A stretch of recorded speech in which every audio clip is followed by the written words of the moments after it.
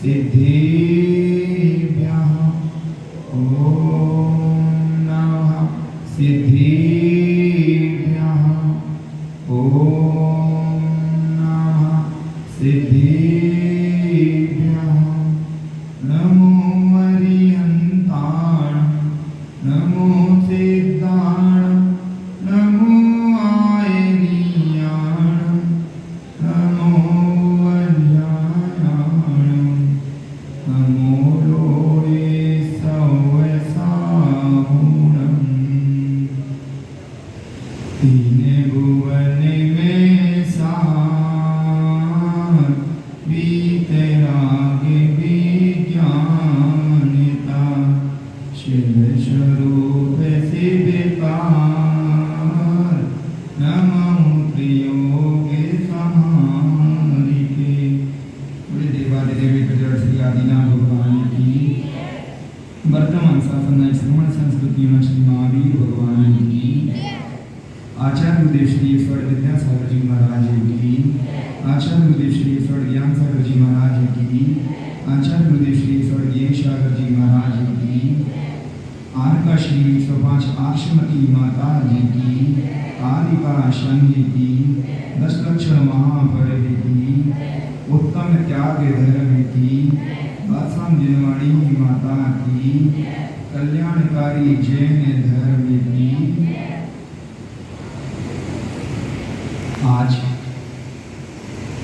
उत्तम त्याग का धर्म यानी सब कुछ छोड़ने का धर्म। आचार्यों ने आपको 365 दिनों में अब आपके 8 दिन आपसे छीन चुके हैं। धर्म कहता है अब इसका आपने पालन किया हो या नहीं किया हो, आपका जो समय था वो अब समय समाप्त हो गया।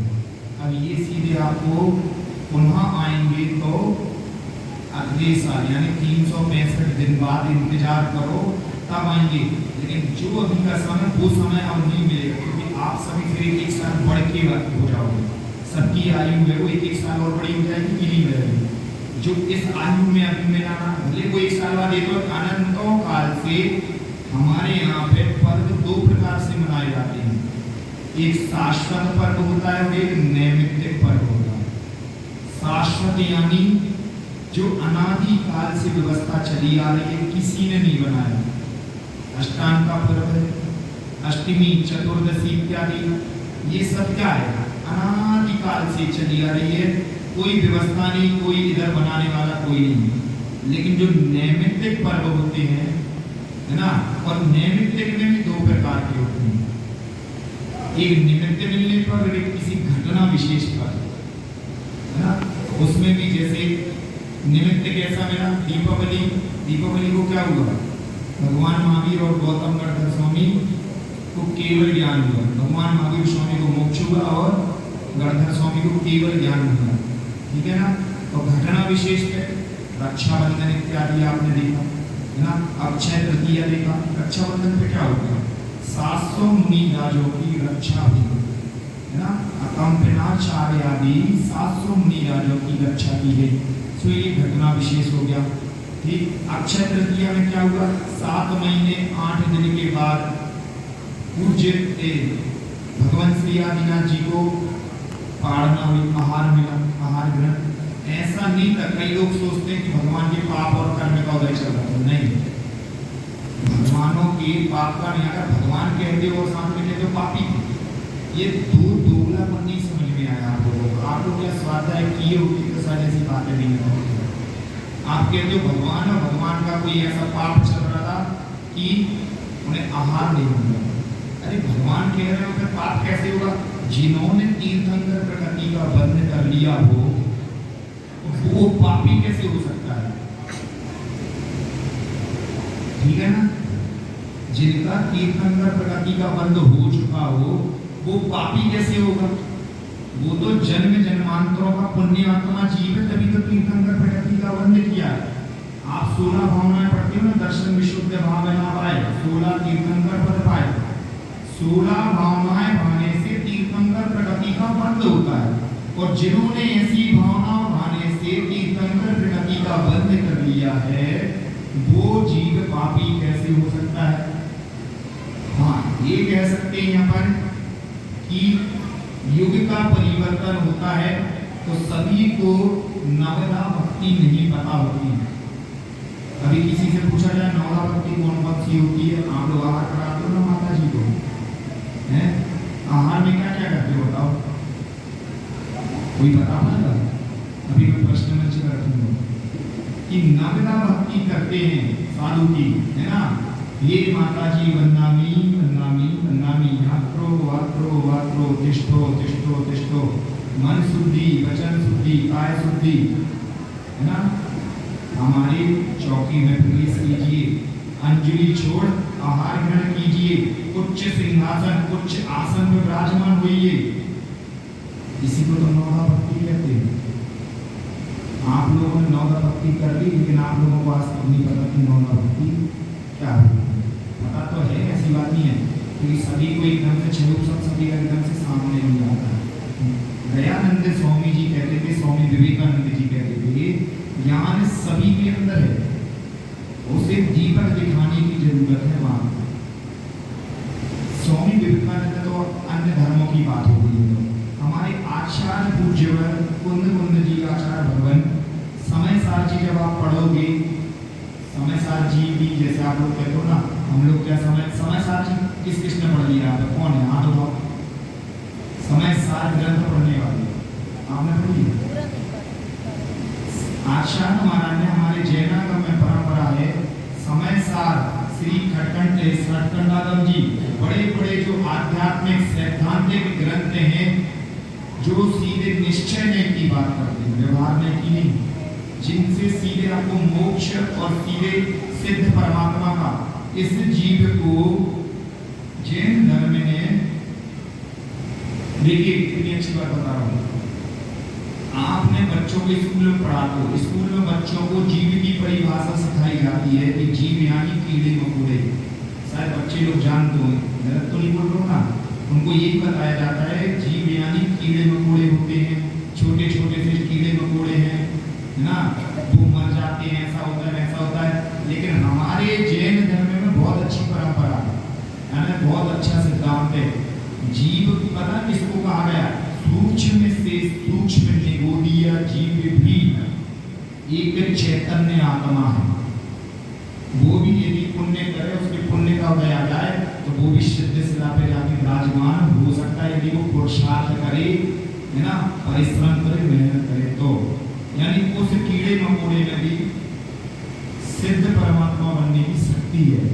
तो हमारे जैन दर्शन में मतलब एक निगोदीय सूक्ष्म से सूक्ष्म जीव को भी जीव का, और सिद्ध परमात्मा जो सिद्ध शिला में जिनकी प्रमोशन हो चुका हो, ऐसी उत्कृष्ट दशा में विराजमान हो, जो उनको भी जीवात्मा कहा।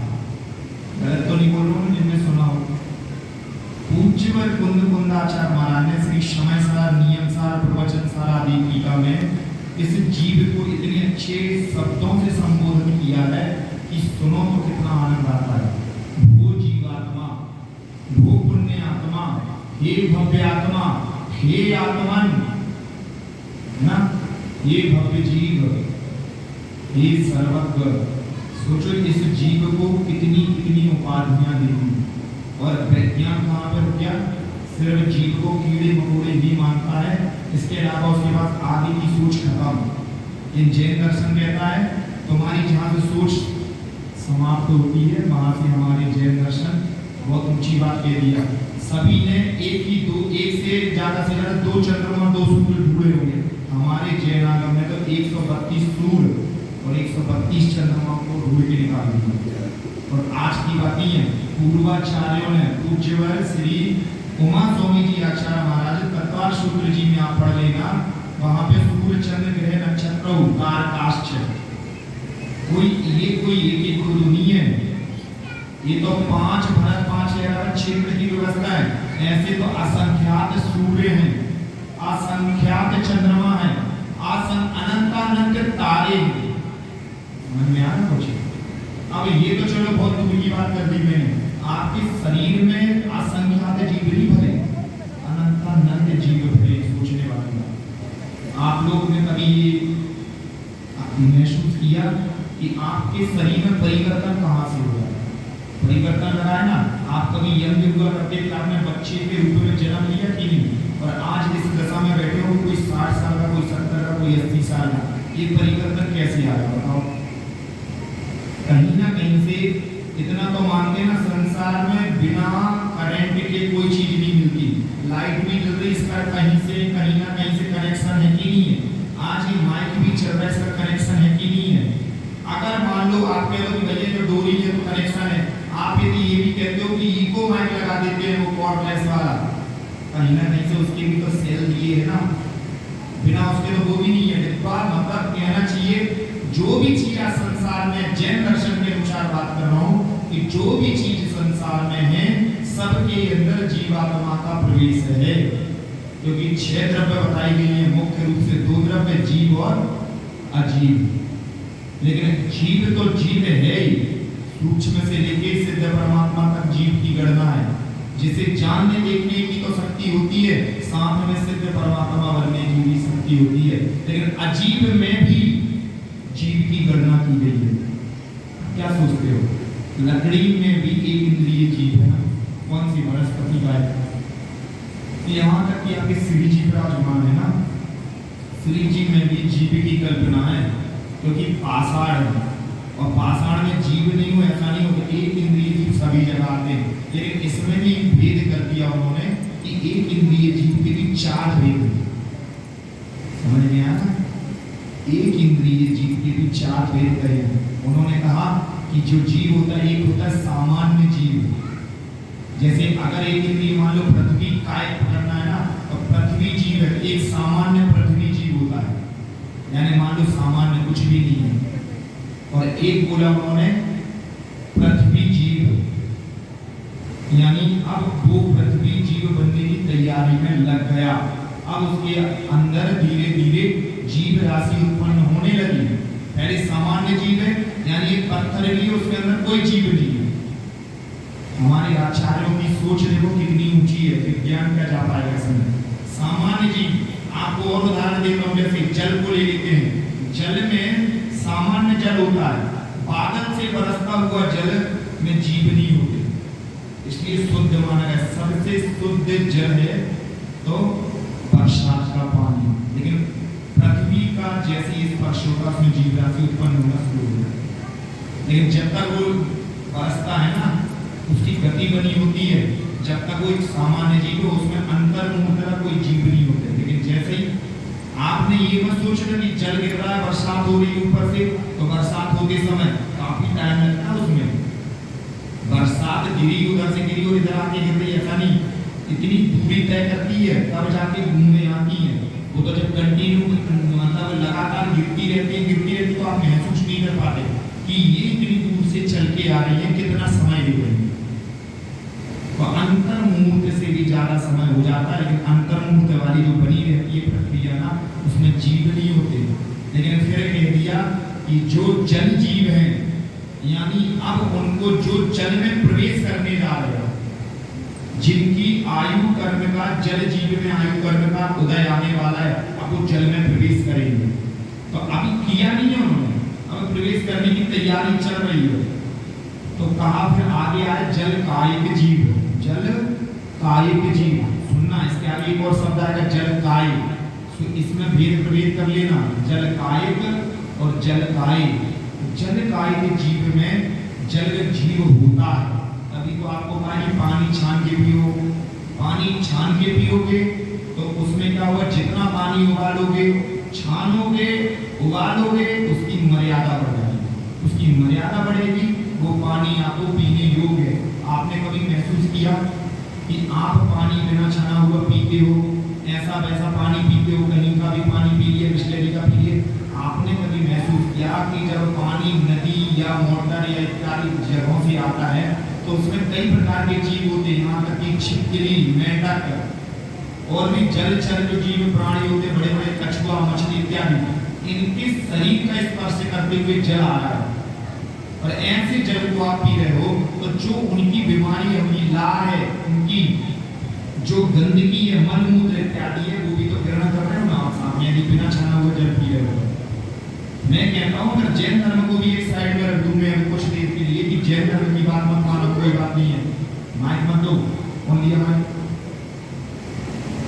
अगर कुछ देर के लिए जैन दर्शन को साइड में रख दो, कुछ दिन अलग कर दो, फिर आप अनुमान लगाओ नदियों में इतनी गंदगी रहती है, वही नदी का जल आपकी मोटरों में आता है ना, ये अलग से आता है। मोटर जब आपकी खुद की है, घर में मोटर का पानी पीते हो, नदी के नल का पानी पीते हो, सब प्रकार का पानी पीते हो, वो भी बिना छना आदि। तो बिना छना पानी कितने जीवों के मल मूत्र खून लार पीप मरते हैं, जिंदा होते सब है, जहरीला पानी तक होता है, वो सब आप ग्रहण कर लेते हो। तो आप क्या कहते हो, आपने कभी ये देखा होगा कि हमने तो ऐसा कुछ खाया नहीं है, हमने ऐसा कुछ पिया नहीं है, फिर हमारे शरीर में रोग कहाँ से आ जाते हैं बताओ, रोग कहाँ से उत्पन्न हो गए। हमने तो ऐसा खाया नहीं, मैं शुद्ध भोजन करता हूँ, फिर भी कोई ना कोई व्याधि बनी रहती है, कोई ना कोई पेट संबंधी बीमारियां रहती हैं। तो ये सब कारण, इसलिए जैन दर्शन ने व्यवस्था कर दी कि पहले जल को छानो, उबालो, उसकी मर्यादा कर दो। ये नहीं कहता जैन दर्शन आपको चिल्ड पानी पीना है, आपको छना पानी पीना है। जैन दर्शन कहता है कि एक बार उसकी मर्यादा बना लो, पानी जब तक ठंडा हो उसे दोबारा गर्म मत करो, वो तो तुम्हारा ठंडा हो जाएगा अपना, कुछ देर बाहर रख दो बढ़िया से, सब बढ़िया ठंडा हो जाएगा, फिर पियो पानी, क्या दिक्कत है, कोई परेशानी नहीं, आपका पानी शुद्ध हो जाएगा, एक नंबर पानी हो जाएगा। ऐसे पानी में जल कायिक जीवों को छानना होता है, और जब जल कायिक जीव छन जाते हैं तो क्या होता है, जल कायिक जीव आता है। जल कायिक जीव का क्या काम रहता है कि जो जल कायिक जीव है उसमें से उनकी आत्मा गायब, सब जा चुकी होती है, उनमें उनका शरीर बचा रहता है, मृत शरीर, समझ में आ रहा है। उनकी काय बची रहती है, काय यानी शरीर बचा रहता है उनका, बाकी काय तो जब थे उनको आपने छाया, छाना, और छानने के बाद से क्या किया, उसको आपने काय बना दिया। अब काय में क्या हुआ, आत्मा तो चली गई, मतलब सब जीव अपने चले गए जहां जहां जिसको जैसे जाना था, क्योंकि आजकल आप महिलाएं बहुत स्वच्छंद हो चुकी हैं, स्वतंत्र नहीं, स्वतंत्र और स्वच्छंद में बहुत अंतर है। स्वतंत्र क्या है, आप लोगों ने इतनी बड़ी बड़ी आयु पार कर ली, इतने बड़े बड़े यहाँ तक पहुँच गया, आपको पानी छानने तक का भी अभ्यास नहीं है, दिल छानी कहाँ कैसे गिराना है ये तक अभ्यास नहीं है। आप लोग पानी छानते तो जरूर हो, लेकिन अपने घर के किचन के पास बेसन में ही पानी दिल छानी डाल देते हो, कहाँ से उचित होगा। पहले के लोग क्या करते थे, कुआं से पानी छान के ले जाते थे, और फिर लास्ट में अंत में जितना पानी बचता था वो पानी पुनः जब सुबह फिर से भरने जाते थे, वो बकायदा एक कड़ी लगी होती थी, उसके नीचे बाल्टी इत्यादि की रस्सी फंसाते थे, नीचे तक छोड़ के आते थे उसको बाल्टी के माध्यम से, कि हमारे द्वारा किसी भी जीव का घात ना हो जाए, ऐसी शुद्धि हुआ करती थी। एक छन्ना, एक लोटा, एक गिलास और एक रस्सी हमेशा एक जैनी लेके चलता था।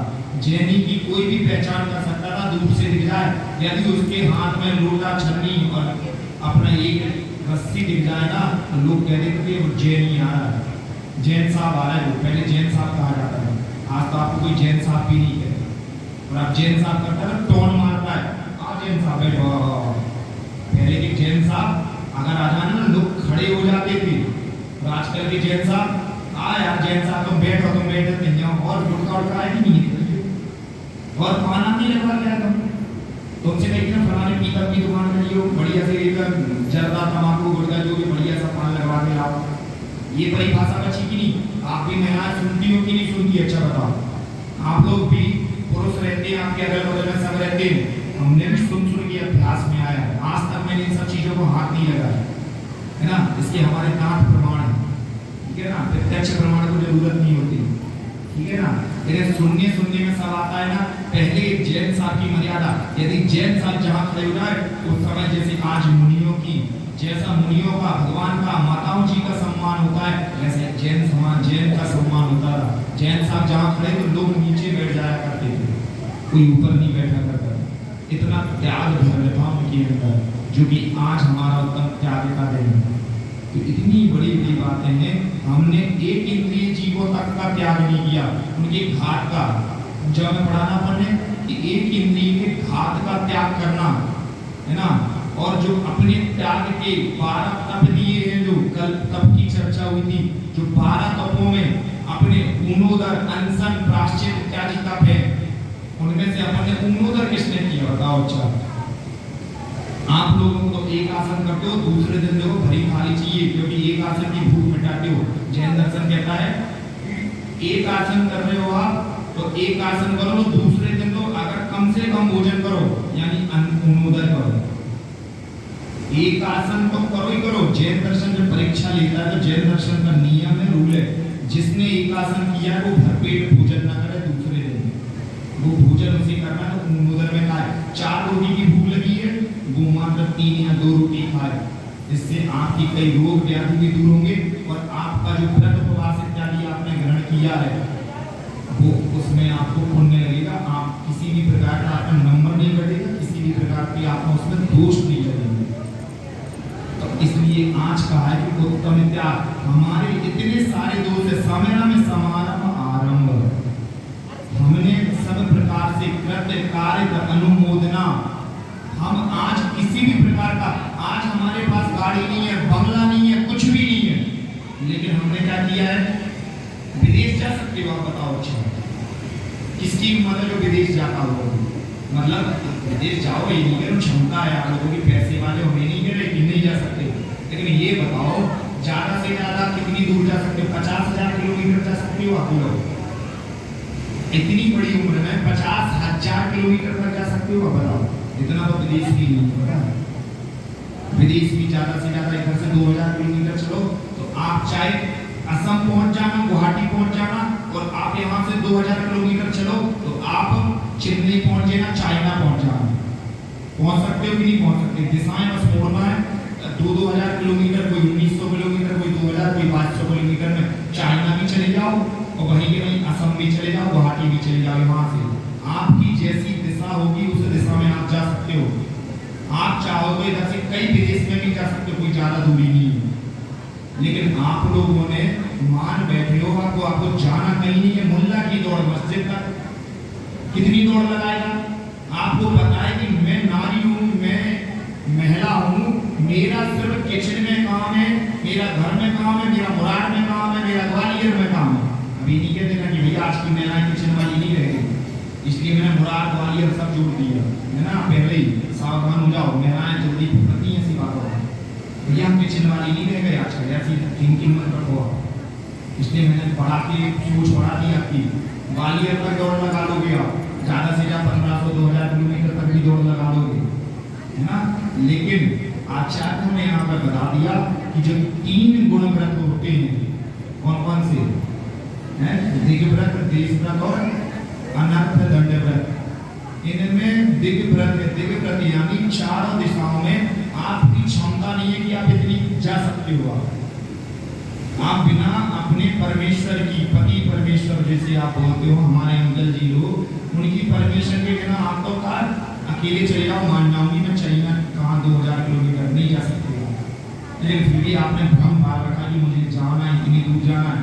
आपने जितने भी उस दिशा में दोष हो रहे ना, पाप हो रहे, उन पाप के भागीदार आप भी बनोगे। आप भी उस पाप के भागीदार हो, क्योंकि चारों दिशाओं का आपने बंधन नहीं किया। आप यदि नियम ले लेते हो, ज़्यादा से ज़्यादा रखने की बात है, क्योंकि आप लोगों की क्षमता है कि हम संसारी प्राणी, हमारी इच्छा बहुत होती है। तृष्णा नागिन ज्यों ज्यों डंके, लहर जहर की आवे, यानी हमारी क्षमता बहुत है, करने की कुछ नहीं है। मन से, कल्पनाओं से, भावनाओं से हम कहाँ कहाँ पहुँच जाते हैं, है ना। तो कहा कि चारों दिशाओं में, पूर्व पश्चिम उत्तर दक्षिण, इन दिशाओं में मैं कम से कम 50 से 60 हजार किलोमीटर तक, इसके आगे नहीं जाऊंगी, इतने में जाऊंगी, इसके अलावा नहीं जाऊंगी। अब क्या होगा? देश तो बहुत बड़ा है अपना, देश भी है, विदेश भी है, 7 समुद्र भी है। इससे क्या होगा कि अब 50,000 किलोमीटर के बाद आप जो पाप हो रहे होंगे ना, उन पाप के भागीदार आप ही बनेंगे। अब आपको किसी प्रकार का दोष नहीं है। फिर कह दिया ये दिग्व्रत हो गया, यानी दिशाओं से हो गया। फिर कहा देशव्रत, आप अपनी क्षमता जानते हो कि मुझे, मैं नारी हूँ, मेरी इतनी क्षमता है, मेरा परिवार ऐसा है, मैं विदेश घूमने आज का 3 जन्म भी निकल जाए तो विदेश नहीं जा सकते। लेकिन भावना कैसी है? टीवी देखते हैं, मोबाइल देखते हैं, भगवान कभी अमेरिका चले जाएं, कभी सिंगापुर चले जाएं, कभी फलाने देश, कभी फलाने देश। और क्षमता कितनी है तुम्हारी? तो एक ईंट खरीदने की क्षमता नहीं है, तुम बात करते हो हवाई जहाज में घूमने की। अपने अनुमान से बोल रहा हूँ उदाहरण, क्षमता आप लोगों की बहुत है। आज का जेनी बहुत संपन्न हो चुका है, साधन संपन्न हो चुका है। ये तो बात अपन से बता दे कि ये जो आपने देश व्रत की बात करी कि देश व्रत में हमें जब इतने देश जाना नहीं है, कोई लेना देना नहीं है दूसरे देशों से, तो उन देशों की मर्यादा बांध देना कि हम कम से कम इनमें भी 20-25 देशों में या 50 देशों में, 100 देशों में, 150-200 देशों तक में जाएंगे। इसके अलावा आपकी उम्र निकल जाए तो आप 200 देश पूरी नहीं कर पाओगे। बताओ कर लोगे? अगर वो कोई तो खड़ा हो जाए, फिर इतनी क्षमता होगी भैया जी मैं 200 देश पूरा करके बताऊंगा, खड़े हो जाओ। अगर अभी भी उम्र बच्चे को भी खड़ा कर दो मैं तो मानता हूँ, अगर 200 देश पूरे कर दो तो नहीं है क्षमता हमारी। फिर भी हमें पूरे 200 से ज़्यादा देशों का पाप यहाँ पे दोष लग रहा है। सर ऐसी मर्यादा बांधे कि कम से कम 200-300 देश तक नहीं जाएंगे। अब जब तक उसके बाद जो भी पाप हो रहा होगा उन सबसे हम बच जाएंगे, हमारी पुण्य घटनाएं शुरू हो जाएंगी। दूसरी बात अफ्रीका, तीसरा अनर्थ दंड। हम फालतू में बैठे हैं, मंदिर में बैठे हैं, कहीं भी जा रहे आ रहे, ना चींटी दिख रहे, ना जीव दिख रहे, पेड़ पौधे भी है, बस पत्ता तोड़ने का काम किया, किसी को भी कुछ भी कह दिया, किसी को कुछ भी कर दिया। आपको पता है किसी के साथ मजाक करना भी दोष का कारण है। किसी को टारगेट बना के, निमित्त बना के, किसी एक महिला को निमित्त बना दिया, भाभी ऐसी है, भैया ऐसा है, भला करके पूरे लोग जितने बैठे सब हंस रहे हैं, सिर्फ भाभी के चेहरे पर बस मायूसी है क्योंकि आपने उनकी हंसी मजाक करवा दी। आपने जिनका हंसी मजाक, क्योंकि उसने तो क्लेश बांध लिया ना।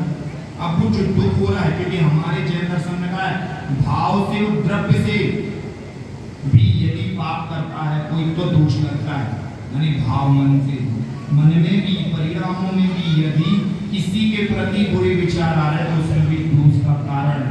और फिर आप हंसी उड़ा रहे हो सामने वाले की, तो सोचो कितना बड़ा दोष का कारण है। आप आते जाते कुछ नहीं तो स्कूटी चला रहे, आप आते जाते पानी फैला रहे, आप कोई ना कोई ऐसी क्रियाएं कर रहे जिसमें जीवों का घात हो रहा है। अब मान लो प्रवचन सुनने बैठे तो कुछ नहीं तो चिटाई फाड़ने लग गए, कुछ नहीं तो जहाँ पे आपको ये जो पीछे मिट्टी खोदने लग गए। तो ये जो एक इंद्रिय जीव है इनका घात हमेशा होता रहता है। हमारे आचार्यों ने तो यहाँ तक कह दिया कि जीवों का जो घात होता है चलने में, फिरने में, हाथ तक हिलाने में, अरे ये छोड़ो, जीवों की 3 पर्याय कही हैं, पर्याप्तक, निर्वित्त पर्याप्तक और लब्धि पर्याप्तक। किस किसने सुनी है बताओ? सुने किसी ने ऐसे जीवों के नाम? है ना, पर्याप्तक, निर्वित्त पर्याप्तक और लब्धि पर्याप्तक। ऐसे लब्धि पर्याप्तक जीव हैं जो सूक्ष्म निगोदिया जीव जो कभी अपनी शरीर पर्याप्ति पूरी नहीं कर पाता। ऐसे जीवों का घात एक श्वास में 8-10 बार, जन्म्यो मरो भरियो दुख बार। एक श्वास में 18 बार मरते हैं और अंतर्मुख यानी 48 मिनट में कितने 36,666 बार जन्म मरण हो जाता है। किसने पढ़ा है? पढ़ा है? अंतर्मुख यानी 48 मिनट में 36,666 जीवों का घात, माने श्वास जीव नहीं, श्वास चलती है नहीं, उसमें जीवों का घात होता है। सोचो एक इंद्रिय जीव कभी जन्मदिन मना सकता है अपना? है?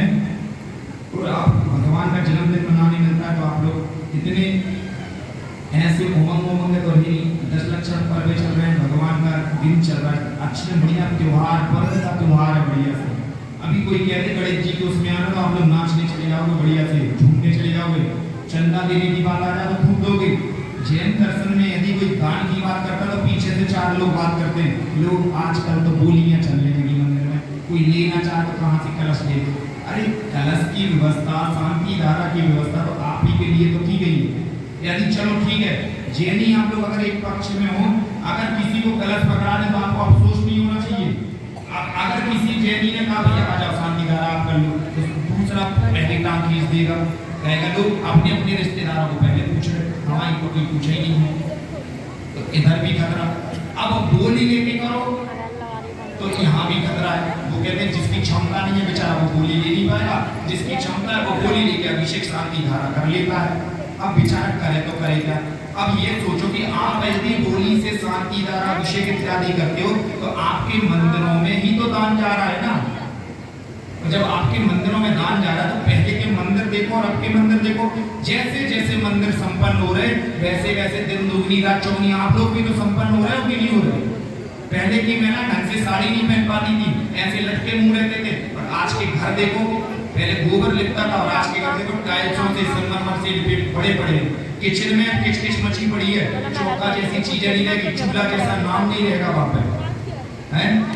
तो ये बताओ पहले गरीबी दिखती थी लेकिन आज सुख संपन्नता दिखती है कि नहीं दिखती। आज आपने इस पुण्यानुबंध पुण्य को इतना भोगना चालू कर दिया, आपको धर्म करने की बातें सब समझ में नहीं आती, आपको त्याग धर्म की कोई बात समझ में नहीं आती कि त्याग धर्म है।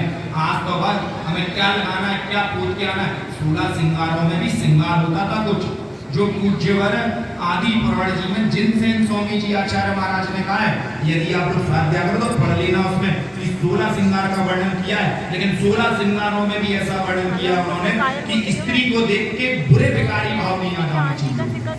और आज की महिला को देख लो, 16 श्रृंगार के नाम पे आपको देख के मंदिर पढ़ता बुढ़ा भी अगर शास्त्र पढ़ रहा होगा एक बार नजर उठा के जरूर देखेगा। अब बताओ आपके द्वारा उस स्वाध्याय करने वाला पढ़ने वाला जो शास्त्र की बात पढ़ा आपको देख के भी बुरे भाव कर लेता है। 16 श्रृंगार का मतलब ये नहीं है, आप लोगों की जो मर्यादा वो 16 श्रृंगार है कि आपको देख के हर कोई ये भाव नहीं बिगड़ना चाहिए। विवाह पद्धति इसलिए शुरू की आदिनाथ भगवान ने कि स्वदार संतोष करो, सिर्फ मात्र अपनी स्त्री पे बस मोहित होना है, इसके अलावा किसी सभी स्त्री हमारी माँ बहन बेटी के समान है। आज ऐसे 16 आपने श्रृंगार के नाम पे पता नहीं क्या क्या लगा रखा है। तो इन सब पे बात तो नहीं करेंगे, लेकिन आज इतनी बात जरूर करूंगा कि त्याग धर्म है तो त्याग धर्म में हमें कम से कम जितना हो सके उतने त्याग धर्म को चरितार्थ करना है, जिससे हमारा त्याग धर्म उत्कृष्टता को प्राप्त हो जाए, हमारी आत्मा विकास को ऊर्ध्वगमन करने लगे। और साथ में अब मैं एक बात और बताना चाहूंगा कि आप सभी को पता होगा कि हम सांगानेर से और सांगानेर की परंपरा है, सांगानेर का महाविद्यालय चलता है, सभी को पता है, सबको पता है ना, सबको पता है कि सांगानेर का महाविद्यालय चलता है। और सांगानेर से सभी विद्वान प्रवचन हेतु देश विदेश तक जाते हैं। हमारे कई जूनियर जो नगरों में देश विदेशों में, सीनियर भी देश विदेशों में, यानी हर जगह हम लोगों को कम से कम 400 से 500 विद्वान शास्त्र सभा प्रवचन हेतु देश विदेशों में जाते हैं। लेकिन आपको पता है कि ये विद्वान बनते कैसे, इनकी उपज होती कैसे, खेती कहाँ होती है, इनकी कहाँ होती है, सांगानेर में इनकी खेती होती है विद्वानों की। और हम लोगों को सब सिखाया जाता है आर्ष परंपरा से संबंधित, जो पूज्य गुरुदेव कुंद कुंदाचार्य महाराज भगवान की परंपरा है उससे संबंधित कि कोई भी आ जाओ, यदि धर्म में आगम में जो कहा है वही चर्चा करना, इसके अलावा दूसरी चर्चा नहीं करना है। हमें किसी और से क्या लेना देना, आगम के प्रमाण तो आगम में जैसा कहा है वैसे अपने वचनों में रखो, वैसा धर्मोपदेश करो। ये सब उपज हमारी सांगानेर की शिक्षा से मिलता है। और ऐसा सांगानेर चलता है सिर्फ मात्र आपके त्याग धर्म से। त्याग धर्म यानी आज जो त्याग धर्म है, त्याग धर्म यानी इसमें आप लोगों का ही जो विद्यालय चल रहा है, विद्यालय सिर्फ आप लोगों के ही दान की अनुमोदना से चलता है। यानी आप लोगों का दान जाता है और दान जाता है तो इस दान के प्रभाव से ही एक एक विद्वान आपके समक्ष आके प्रवचन देके जाते हैं, आपको धर्म की प्रभावना करके जाते हैं, आपके पीछे धर्म की महिमा गा के जाते हैं।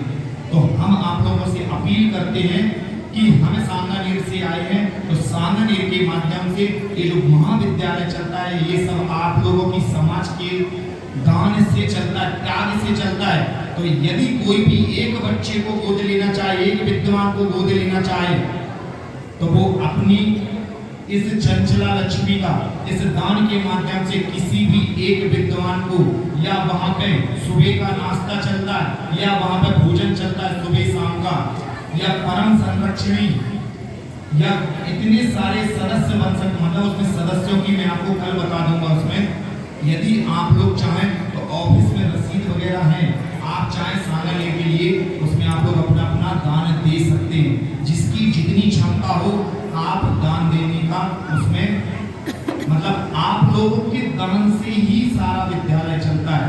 तो आप लोग ये सोचना कि आप अपने बच्चों को कभी नहीं भेज पाए, लेकिन आपको जो बच्चा बैठा दिख रहा है ना, ये सिर्फ हमारे माँ बाप क्या आपके जैसे नहीं है क्या? लेकिन उन्होंने कितना बड़ा त्याग किया कि हमें छोड़ा।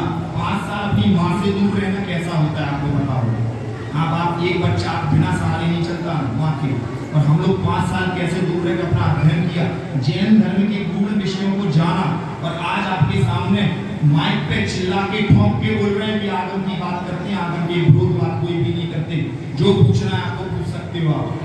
तो जब ऐसे बच्चे आप लोगों को मिल रहे हैं, अपने बच्चे तो दे नहीं सकते हम, तो कम से कम हमारी शादी विवाह होती है, शादी विवाह में क्या करते हैं, किसी ने इतनी मर्यादा रखते हैं, ब्याह जी को लिफाफे में कमीना हो जाए, पूरी मर्यादा रखते, उधर कोई नहीं बताता कि कितने देना है कितने नहीं देना, अपने आप से कोई 2100 2200 5000 10,000 निकाल के दे देता है। और इधर जब जैन धर्म की बात आती, भैया 100 रुपये की रसीद काट ली, भैया 100 रुपये 101 की काट ली, ये क्या आपने क्या? देखो जैन दर्शन पूज्य गुरुदेव सुधा सागर जी महाराज का आशीर्वाद है इस पे। एक बार क्या होगा, मैं आपको घटना बता दूं, हर कोई घटना नहीं बताता ये वाली, कि आरके मार्बल वालों, आप जानते हो सभी लोग आरके मार्बल वालों को ना, आरके मार्बल वालों ने सुधा सागर जी महाराज से कहा था कि महाराज जी पूरी जिम्मेदारी मैं लेने तैयार हूँ, आपको कहीं से भी किसी प्रकार की दान की जरूरत नहीं है, पूरा महाविद्यालय मैं चलाऊंगा, किसी से भी कोई दान की जरूरत नहीं है। लेकिन महाराज जी ने कहा था आपसे जितना मैंने आप करो, कोई दिक्कत नहीं है, लेकिन समाज को भी पुण्य लेने दो। ऐसे विद्यार्थी कहाँ मिलेंगे, ऐसा ज्ञान दान कहाँ मिलेगा? ये सारा का सारा आपके ज्ञान दान आहार दान में जाएगा बच्चों की।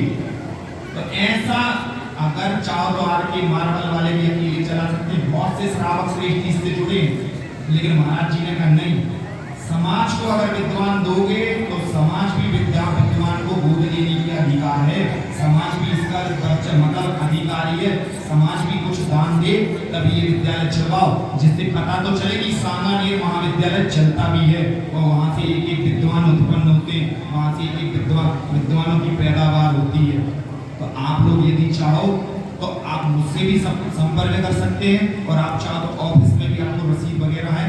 आप लोग ज़्यादा से ज़्यादा अगर ग्वालियर मुरार का नाम करना चाहते हो कि वास्तव में मुरार और ग्वालियर वालों ने इतनी धार्मिक की प्रभावना हुई, किस्सा हो गया, किसी ने एक बच्चे को गोद ले लिया, किसी ने एक बच्चे का नाश्ता पानी, किसी ने बच्चे का भोजन का इंतजाम कर दिया, ये सब आहार दान में, ज्ञान दान में, क्योंकि उन्हें किसी प्रकार की चिंता नहीं रहेगी, क्योंकि आपके दान से ही तो सारे के सारे ज्ञान दान में अच्छे से पढ़ पाते, यहाँ तक कि कॉलेज तक की फीस आपके दान से जाती है। तो हम सिर्फ इतना ही कहना चाहिए, आप ज़्यादा से ज़्यादा अपनी इस लक्ष्मी को सांगानेर पहुंचाएं। आप अपना बच्चा दे दें तो अच्छी बात है। आप 11वीं बालक, आपको पता हो 11वीं से अब वहाँ पे तो बहुत अच्छी बात है, याद आ गई मुझे, वहाँ पे तो बहनों का भी खुल गया, बहनों का भी और भाइयों का भी खुल गया। जो घर से असमर्थ हैं, आप लोगों के बीच में भी अगर जो घर से असमर्थ है, किसी भी प्रकार की फीस नहीं दे पा रहे हो, तो आप लोग बहनों को भाइयों को 10वीं अपने पास पढ़ाओ और 11वीं सांगानेर से भेज दो, पूज्य गुरुदेव की शरण में भेज दो।